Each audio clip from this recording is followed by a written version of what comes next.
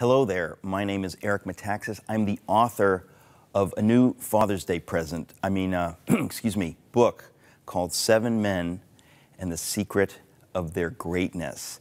It's pretty straightforward. The first man of the 7 men is George Washington. Now, the thing you probably didn't know about George Washington was that he was 100% Canadian.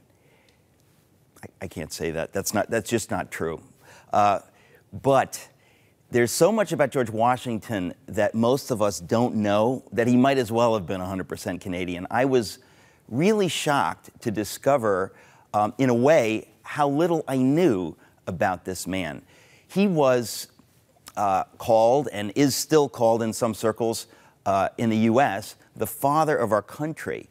And that seems pretty grandiose, but when I did the research, the more I studied this man, the more I was stunned to find how great he was, and then mortified to realize that I really hadn't been taught this growing up in school.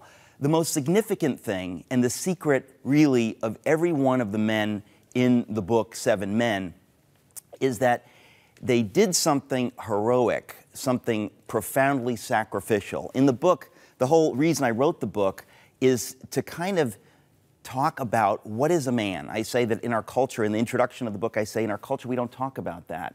What is a man and what makes a man great? We have a lot of false ideas of that in the culture, in the West today, a lot of bad images of men. What are we teaching young men? The reason George Washington is the first man of the 7 men is that in some ways he is the greatest of the 7 in terms of the secret, which is sacrifice. What he sacrificed, every one of the men in the book sacrificed something profound. What he sacrificed was virtually unlimited power. Most folks don't know that in 1783, after the revolution was over, Congress could not pay the officers, couldn't pay Washington. They got angry and they said, listen, we need to have a military coup. We need to take over. And George, you're a noble figure. You would make a great king.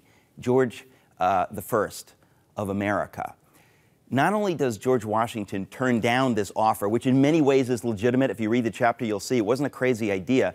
He turns it down, but he's offended by the very idea that these men who have fought for the principles of liberty and justice would suddenly throw all of that under the bus, although, of course, there were no buses in those days, and would say, we don't care, we want you to be king, and we're going to be just like all those other nations because we're tired of waiting. We don't have the patience, the perseverance. George Washington was incredibly noble in a number of ways, and I detail him in the chapter, but this is perhaps the biggest. He turns down this temptation of unlimited power. It's virtually unthinkable today that a politician, that somebody would turn that down. He does it.